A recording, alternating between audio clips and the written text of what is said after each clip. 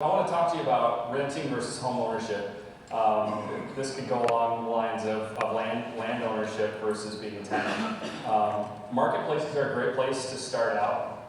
I always recommend to people, if they come to me interested in a website and they want to get their feet wet, a lot of times I'll suggest to people to start out on Amazon or eBay because it allows them to start to build their fulfillment channels, set up customer service, kind of get some experience in the industry without having to think about how to get customers. Because at the end of the day, that's what Amazon and eBay do really well, is bring new customers to you.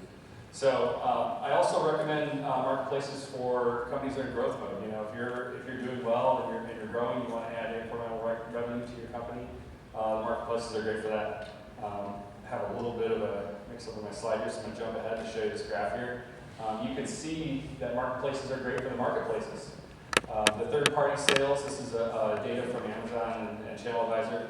The third-party sales for Amazon have been growing much faster than their own sales. And I really attribute that to the bridge between the commodity products that sell really easily without intervention and the highly specialized products that I'm going to be talking about in the niches with complexity. And Amazon leverages that with the third-party sellers. So home ownership is really your own direct channel with your own customers. An ability to build your legacy and future equity in your company. I mean, a website like I'm talking about is something that's on your balance sheet as an asset. It's something you can take and sell. The agenda for today is to find a profitable niche, to talk about navigation and search strategies, as well as mobile optimization, and talk about 3 actionable next steps that each of you can take from here to tomorrow to implement. First, I want to talk to you about my story. So I started, I'm a Bronco fanatic, not just a Bronco enthusiast. I didn't just own a Bronco or have a Bronco. Literally built about 8 Broncos in my life, including the one I have now, a 1974 Bronco Sport that I restored from the ground up. I literally built every single nut and bolt on a truck. I taught myself how to rebuild an automatic transmission. I built a paint booth in my parents' garage and lined it with fluorescent lights. Bought a Nevins spray gun and painted it myself, although it's been repainted since then. But I did everything. I wanted to touch every single part of that truck. So for me, there's a company called Jeff's Bronco Graveyard. I don't know, how many of you have heard of Jeff's Bronco Graveyard? They have the Tombstone ad in the back of the photo drive magazines. So this is about a 2-hour drive from my house. So about once a quarter, I would drive up there. And this was phenomenal. I mean, we're talking 50,000 square foot warehouse stacked to the ceiling with Broncos and Bronco parts, and there's Broncos out back. And for me to walk in there, I was like a kid in a candy store. I would equate it with, I don't know if a lot of you would know Fry's Electronics, but I went to Fry's Electronics for the first time. It's like a Costco, but it's all electronics inside.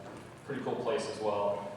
So I would go to Bronco Graveyard, and I'd walk in there, I'd smell the 90-weight gear oil and see all these cool parts and shop for things that I wanted. But I didn't have a lot of money, so it wasn't long before I figured out that the later model early Broncos had special parts that were worth more money to use. So like the automatic transmission or the power steering pump. So I was buying Broncos and taking them apart, taking the parts up to Jeff. Jeff Trapp's still a good friend of mine. And I would trade the parts for the parts that I needed to build my truck. And I kept going up there. I was so into this. Like, I actually broke up with my girlfriend at one time because I wanted to spend more time with my Bronco and not just but I went for one day. Jeff told me, he's like, Dana, why don't you just come work for me? And I'm like, this is a long drive. I hadn't really thought about that. So, jumping ahead, I ended up, this was in 1998. I was 20 years old.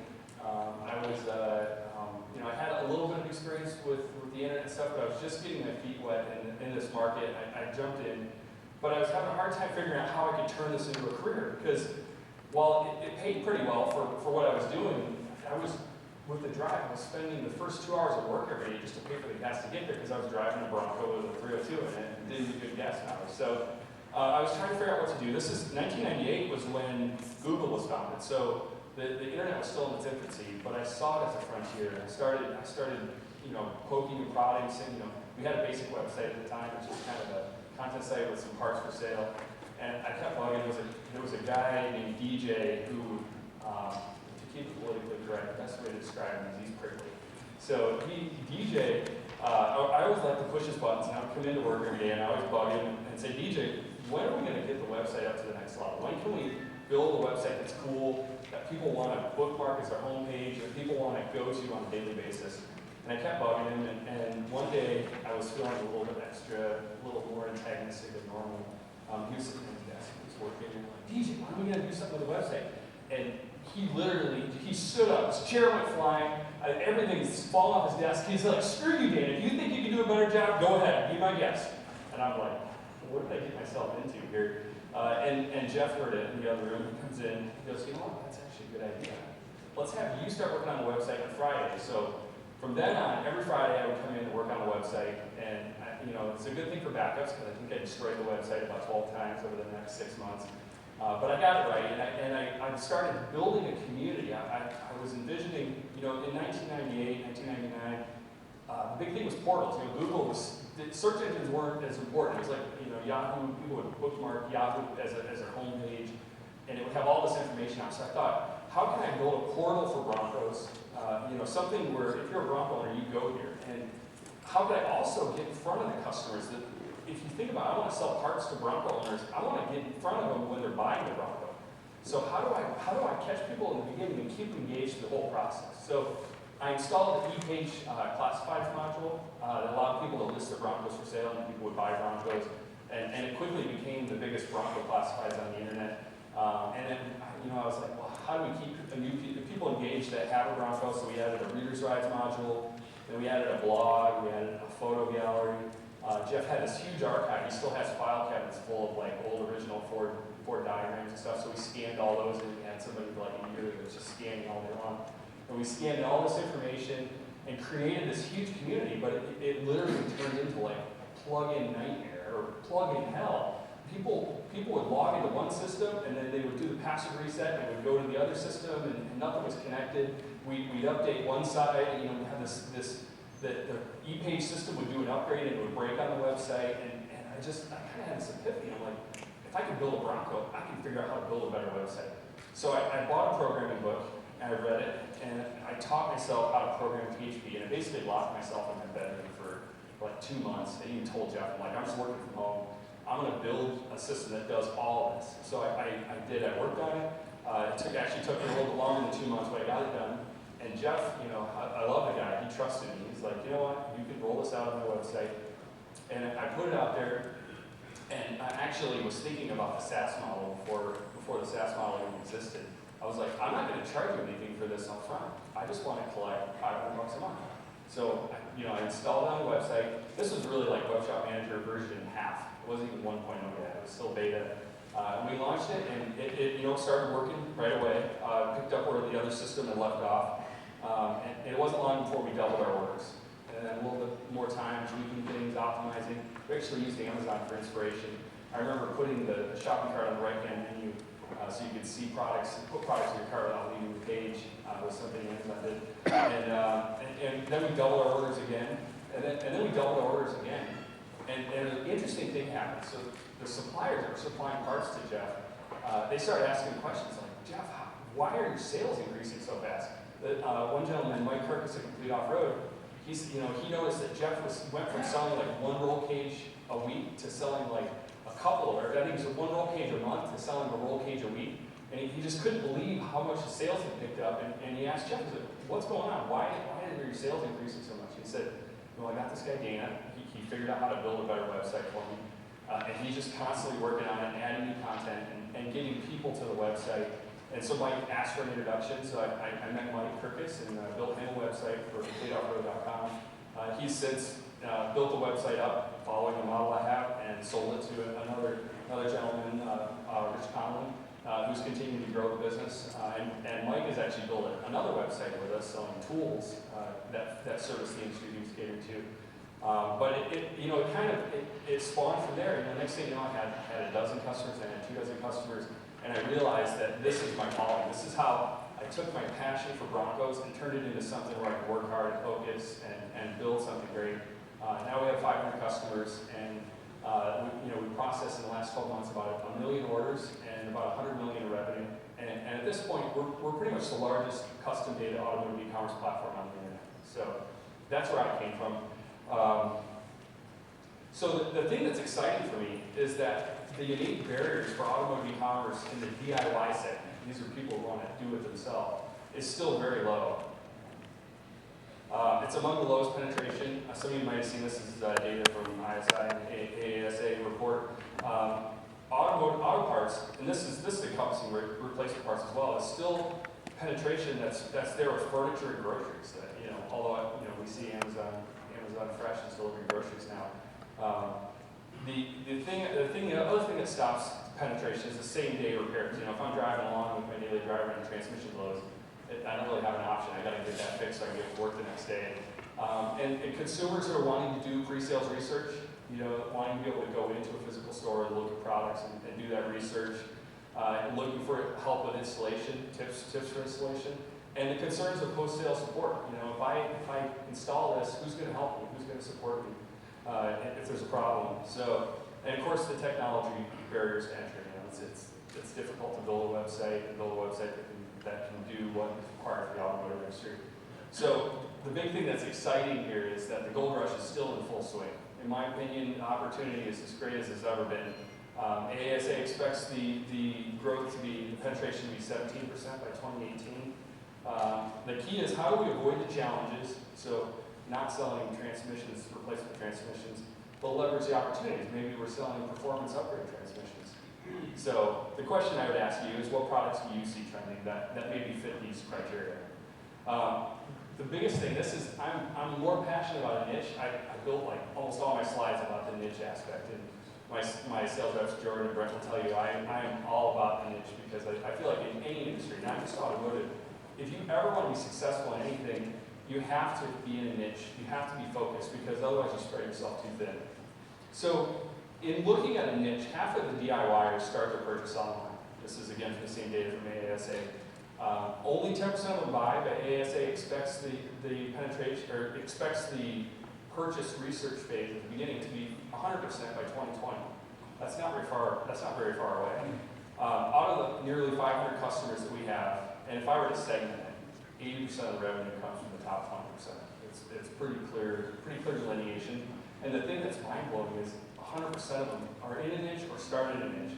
And even today, there's some, one site that I have is in a niche doing 10 million in revenue, and the homepage of the website is all about their niche, yet they still have 400,000 products buried deep within the site so that you can get the add-on parts and the upsells. But in Google's eyes, they are their niche. So why not sell everything like AutoAnything.com? AutoAnything.com is successful. They've got everything under the sun. I don't know if a lot of you realize this, but AutoAnything actually started out selling seat covers. And that's why even today, if you really dig into AutoAnything.com, their bread and butter is interior. They've got some of the best interior shopping experience elements on the internet. But why a niche? Why a niche? The idea is that products are commodities, and you have to provide value. And the way we provide this value is to solve pre-purchase problems by educating your visitors with outstanding content. And this is a cycle. You build really great content, and the consumer finds it, and the consumer reads that great content and feels comfortable and makes a purchase. And then your Google Analytics tells Google that the purchase happened, and Google ranks the site higher, and the person does a search, and it's this cycle of where the feedback mechanism where I always recommend people don't focus so much on your stats and focus more on giving people what they need to make the purchase decision, and Google will follow, and Google will see what you're doing. So the end result of this is high converting brand loyalty and the ability to remarket to these customers over and over again. Because once they buy from you, once they trust you, you're the resource they go to. So how long will this take? If you were to get started today, how long can you expect before you get an ROI, before you're seeing some value? If you were to do a strong PPC campaign and start out from scratch with PPC, you could be getting a solid payback in 1 year, but you do have to have a little bit more resources up front to drive that. To take the SEO route that I would really recommend, it's a little bit more of a long haul. You might be breaking even in the beginning, but the real ROI when you've got something notable that I can brag about is probably going to be 2 to 3 years, and then your time to be able to sell the business is probably 3 to 5 years. So the key is to find a niche where you can add value. That products that are confusing or require research, you look at this JKS, J-Spec suspension lift, they've got dual rate coil springs, adjustable track bar, they've got sway bar disconnects. What the heck are sway bar disconnects? If you just bought a Jeep, you don't know what sway bar disconnects are. You don't know why would you want dual rate springs versus non-dual rate springs. And what about the shocks? Am I going to be fine with stock shocks? If you do a search on Google for suspension lifts, the results you get is like, here's a pile of parts, here's a pile of parts, here's a pile of parts. You don't know what the difference is in them. So the first thing you're going to do is start Googling to research what are the pros and cons and what do I want to look for. If you look at products that require multiple components, you're going to increase your average order value. This suspension lift has a lot of parts bundled in together, but the real big opportunity here is that suspension lift also means wheels and tires. It means fender flares. It means a new bumper. I mean, there's a lot of things that go with this. Products that have complex installation requirements, which when your consumer's searching, they're gonna be thinking to themselves, how am I going to install this? Who's going to provide me the information so that I can figure out how to install this myself? And then if I install it, who's going to help me support it? You know, if I put my lift kit on, I got it on, okay, you know, I know how to wrench it. What if it's got a wobble? Or what if the suspension's binding? Is there somebody I can call to give me some help? And then the perception really, it's not about what the reality is, it's more about what the consumer's perception is.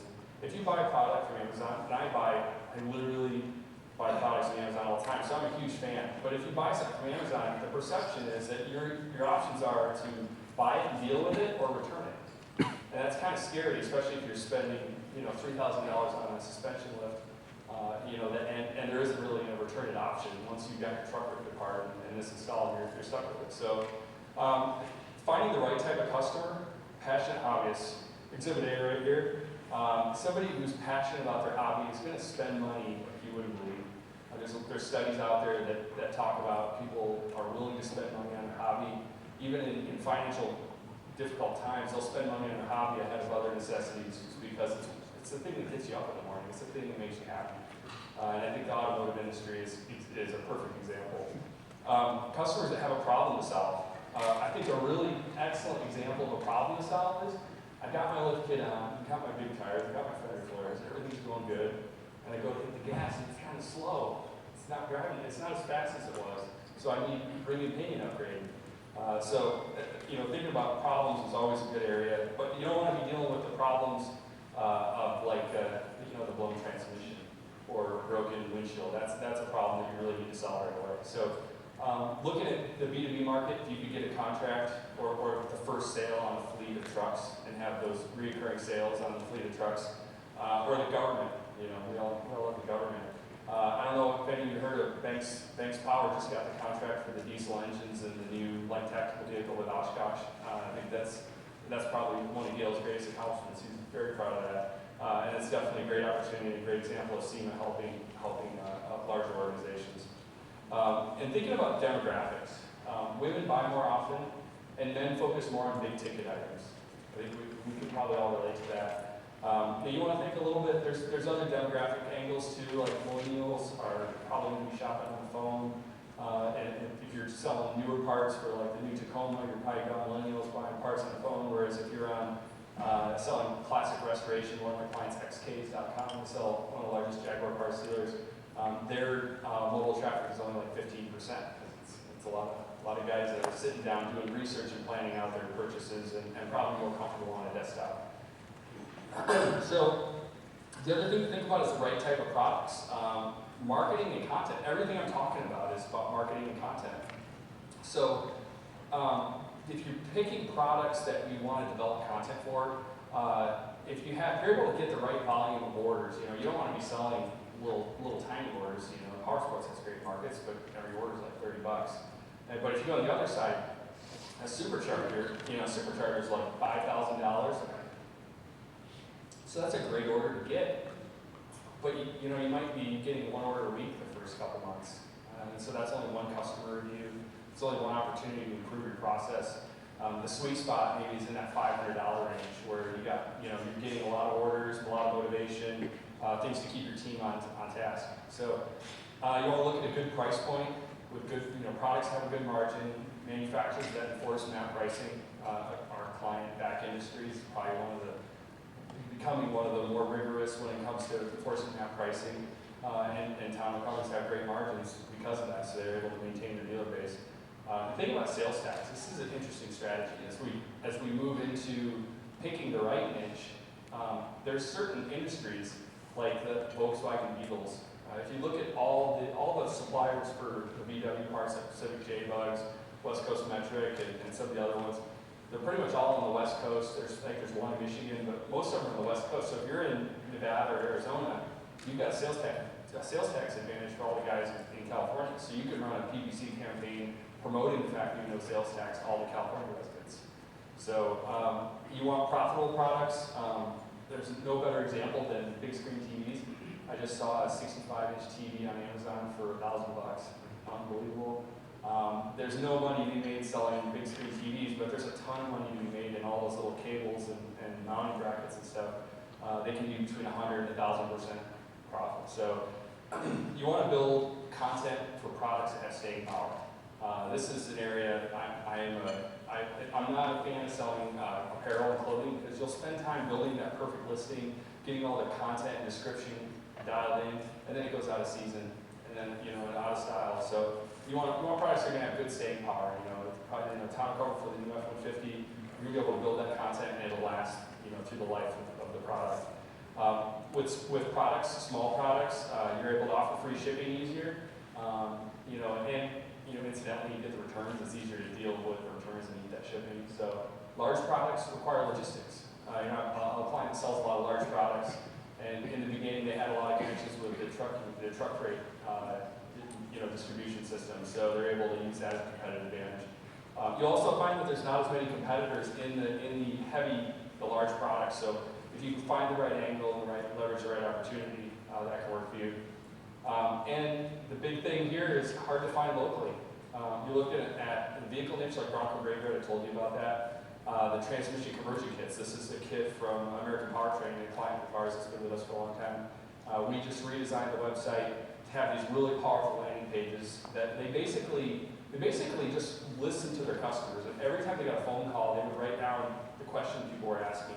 And we built these landing pages that basically answer every question anyone's ever asked about that. And it gives you all the features and benefits. Why would you want a 4-speed or 5-speed or 6-speed or switch to an automatic? Or all those elements are included in there, and it's made a huge bump in their sales because of that information. And then a big thing to think about is focusing more on the metrics than what you love.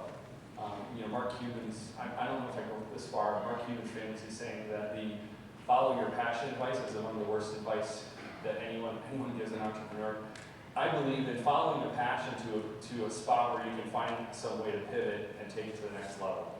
So following the metrics is key. And that's what we talk about in validating the revenue potential of your niche. So I could literally do a 45-minute talk about this particular element. So I'm gonna skim over this a little bit, but I'm gonna give you a resource you can go to try to learn more about this. But at a high level, measuring your market demand, it starts with keyword research. So if you're looking at the money phrase, I'm trying not to be too technical, but the money phrase is, if you're selling classic Broncos, if you're focusing on classic Broncos, then the money phrase is Bronco parts. That is the #1 search people would search for. If you're going after the newer Tacomas, then your money phrase is Tacoma accessories. And if you put that into the keyword planner tool with Google, and you're seeing in the 3,000 to 5,000 searches a month just for your money phrase, then you're going to have the long tail keywords that you need to build a business around. You don't want to build all this content and have it be for 20 people a month. It's just not going to work. The other side is looking at the competition. I recommend looking at the Google PageRank and looking at the quality of the sites. An example, if we looked at, I did a search, just because I'm familiar with it, I did a search for Bronco parts. The Bronco parts has the volume, but there's some really strong competitors in there. One of the top Mustang dealers just opened a new niche for the Broncos. You got Bronco Graveyard, you got Wild Horse, you got Tom's Bronco. There's a lot of competition. So even if you could get there to rank, it's a tough market. But then you look at Tacomas. I did a search for Tacoma accessories, and #1 was Real Truck with the Tacoma landing page, and that was pretty much what they had. And then next one was a specific niche site for Tacomas. I think it was puretacoma.com. Looking at PageRank in this, because somebody here needs to go after this niche because it's an opportunity. #1 was Real Truck with a landing page that had a PageRank of 5. So you're not going to beat a PageRank of 5. That's about as high as you can get unless you're CNN or something. But you could get into a 2 or a 3. And the #2, that Pure Tacoma, had a PageRank of 0 There was no good content on it. It was just hopefully that owner of that site's not here, but it was just a site with products for sale. There was nothing special about it. And then there was some other landing pages from some of the other big sites out there, but nobody had information to guide a new Tacoma owner on what they might want to look at for accessories or what the lift kit options are, and having that content. So I think I want to look here a little bit at the navigation site search strategies. This is important stuff. It was a competitive answer. I was just talking to one of the largest automotive e-commerce companies in the country, and the conversation revolved around the fact that 5 years ago, having the right shopping experience was a competitive advantage. But today, it's kind of the cost to do business. It really, the secret sauce is in your marketing and your data. And data means which data you pick and how you enrich it and how you market it. All of that is really the secret. That's 80% of success. And just an example of my opinion on this, I did a search on a leading automotive e-commerce website for a backflip G2 part number 26329. I did a search for a SKU. I didn't say tonneau cover for an F-150 or anything like that. This only fits two vehicle combinations, but I cannot add it to the shopping cart without verifying my vehicle. That tells me a couple things. That tells me it's more valuable to verify the fitment than the risk of the shopping cart abandonment. And it must also boost consumer confidence somewhat. There's definitely some value there. And that's powerful for me, because everything in conversion is about how do you streamline getting somebody into the cart to check out and buy. But if they buy the wrong product and you got to return it, that's painful. So what are you looking for? At a high level, you're looking for a predictive search that auto-completes, where it'll accept partial part numbers, plurals. You get into the heavy-duty diesel market, part numbers are everything. They actually have arrangement numbers. It's not really a year, make, model search. It's a make and arrangement. And having partial part numbers where the same part might have dashes in it from one manufacturer and no dashes in it from another manufacturer. You need to be able to handle that kind of stuff. You want to be able to shop by part type. People are very visual.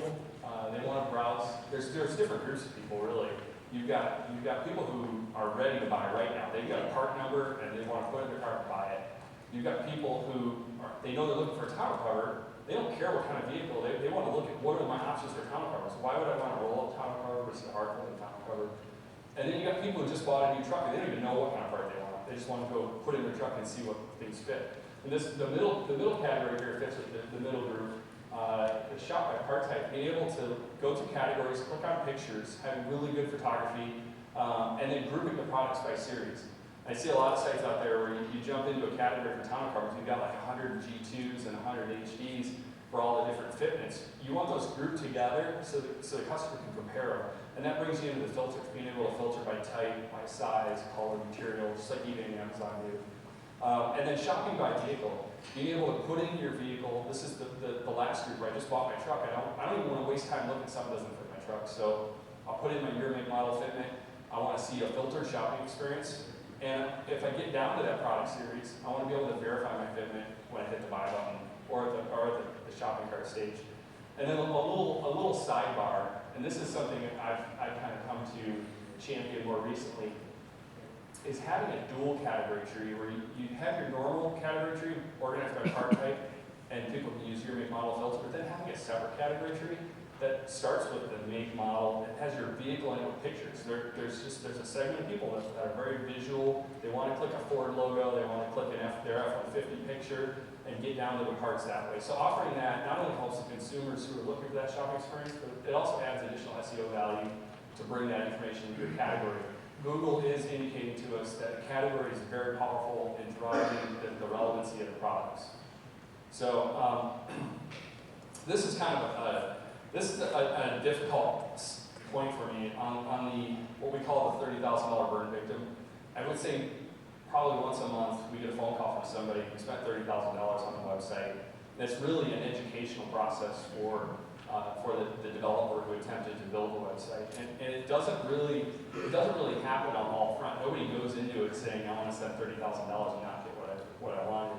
It's kind of an evolution. It starts with I'll build you a website for 10 grand. I'm a WordPress developer, maybe a Magento or whatever. I'll build it, and that they end up with a great homepage, looks beautiful, and then how do we deal with fitment? How do we do with year, make, model?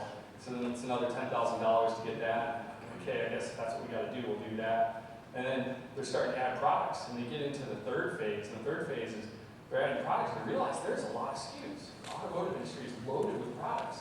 I mean, even a niche site is going to have 10 to 20,000 products. So they say, well, we need some help importing. So then that's another $10,000, and they're importing products into the website. And they get it all loaded up, and they're like, okay, we're ready to go live now. It just spins, and it won't load. It's too much data. And that's a problem. That's not a $10,000 problem, that's a $100,000 problem. We've been down there. We've spent $1 million solving this problem of how to handle 1 million SKUs with fitment that's organized in a way where people can shop through it. So the thing that really that sucks about this is that when they come to us after spending $30,000 with somebody else, they've already dipped into their marketing budget. They've only got like 15 grand left. That's their marketing budget, and we have to try and work with that. And it's just not a good picture. So my point is, it's not that we're the answer, because there are some good providers out there. The key is to ask for extensive examples that give you the shopping experience that you envision. You know what you want. You know the sites you shopped on. You know what I'm talking about today. You want to see not just a few, you want to see dozens of examples of the site you're looking for, and then you want to give them a phone call. Now, building a custom data website is a lot like, I should say this, that it's a lot like birthing a child. It's a lot of blood, sweat, and tears. There are some other solutions out there that can build you a turnkey website where they take one database, they take the motor database, and they can duplicate it across 100 websites, and they're all exactly the same. So Google sees them as duplicate content. Those are easy. That's like a turnkey system. That's not really the market we work with. We're really trying to personalize each website using similar data, but personalize it into the category tree and the content to your specific niche. And it's a difficult process. I think we have people say, oh, I'm an Excel expert, and then we get into working on a category tree, and we're teaching Excel, and we work together, and we get everybody through it. But the key is, you want to find out, when you call the references, did the team work together to deliver a product? There's always going to be little bumps in the road, but did they see it through? Did the price stay the same? And once you're live, are you dealing with a support person, an account manager who knows your name, or are you on Skype at like 3 in the morning? You know, I mean, there's a lot of different scenarios you could be looking at. And I only say this because I don't want to find you when we're building a website with your marketing budget. I'd rather start out from the beginning, or at least know that you're starting out right in the right hands. So it could be in any industry, even with your kitchen, whatever. But how many of you have heard about an experience like this, where it started out small and it exploded into this big mess? It's no fun. So I'm going to talk a little bit about mobile. I don't know how I'm doing on time, but this is good stuff. Mobile, 65% of people start out shopping on mobile. This is a research from Google that just got released. That was talking about the multi-screen world. So people are doing research, and they had other metrics where they're starting on tablets and stuff, but 65% of people starting on a smartphone. That ties in with what the metric I told you earlier about people doing their initial research being at 50%. The difference between desktop users and mobile users are early in the relationship. They're more likely to pick up the phone and call, so you have a brick and mortar, or if you're selling $3,000 lift kits, if you can get that guy on the phone and sell them the tires and everything else, you want them on the phone. That's part of the goal here. It's a lot more likely to do spontaneous product research. Your desktop users are more likely to actually make the purchase. I can think of a lot of scenarios where I've done research on a cell phone and then go home and get my computer and actually make the purchase. And it's more likely planned research. So if we're talking about restoration, that restoration market is interested in sitting down with a list and figuring out what are all the parts I'm going to need for my project, and scoping that out and building a shopping cart or wish list. The importance of a mobile website. Mobile's 50% of all new e-commerce traffic. That's from Google. Optimized user experience makes things easier for the consumer. It's going to improve your Google rankings. We're starting to see, this has not been validated, but you think about all the people that are saying, okay, Siri, what parts do I need? That talking to a phone is turning into long-tail keywords that create new ranking opportunities. And it also gives you credibility. In today's day and age, if you don't have a mobile site, it just brings into question a lot of things. So what I'm going to show you here is a graph where this is about this is a 1-year span, a truck accessory store. This is only organic. There's no PPC, there's no direct typed in the URL. This is only organic. And the truck accessory market usually peaks in the March, April, May. It's usually pretty steady, and it have to have a peak in that period. But here, mobile again came out in April and caused a little drop when we should have been seeing a steady revenue stream. And then in July, we implemented a mobile responsive redesign, and in June we implemented it. And you can see July they saw uptick in orders. And this customer's normal summer is a valley until the holidays. And here the growth just keeps going up and up and up. And even past Christmas, I mean, we're talking like January, which is the worst month of the entire year. They're still growing. And so my point here isn't just about mobile, it's about the fact that there is tons of organic opportunity. Even though Google was putting more and more paid ads on page 1, getting in there for the organic searches where people are, you're not going to write a paid ad for how to install a lift kit. That will always be an organic search. And you're not going to see paid ads when you look at that. When you say, how do I install a lift kit on a Tacoma? So for mobile, I'm going to tell you a story about my buddy John real quick. John, cool guy, buddy of mine, just spent 40 grand on a Tacoma. His only computer is his cell phone. That's all he has. He does not own, he's a millennial, he has no use for a computer, his cell phone is his internet. He's sitting there waiting for his paperwork on his $40,000 Tacoma 4-wheel drive TRD, and he wants to put a long travel suspension kit on it. And so he's doing research, he's on Tacoma World, looking at, Tacoma World has a whole article about what you're looking for in a long travel suspension kit, what the difference between a long travel and mid-travel, all this information, and then it recommended, the different options, different manufacturers. And in the middle of that is Down South Motorsports, one of the largest King Shocks manufacturers, a client of ours, ended up selling him the kit through e-commerce or on his cell phone. And you want to be there, the younger crowd, the millennials, you want to be there on a cell phone with good information, good content to help this guy. He just bought his Tacoma. He wants to know he's looking for good advice. So, the question I have for you now is, how many of you have started researching a product on your cell phone? It's like everybody. So, next steps. Quick home ownership, quick recap. The goal is to build your own direct channel with equity that you own, to have an army of loyal customers and a trusted brand to maximize your own lifetime value. You're going to need to find a niche to solve pre-purchase problems with outstanding content, and build the right foundation with a partner for long-lasting success. So, I want you to visualize your future. Imagine a year from now that you have a new site generating new orders daily, that you're able to go on vacation, drink margaritas by the pool, and not worry about your website blowing up. The thing I really want to make sure is clear is that people are snatching up niches. I mean, it's becoming less and less.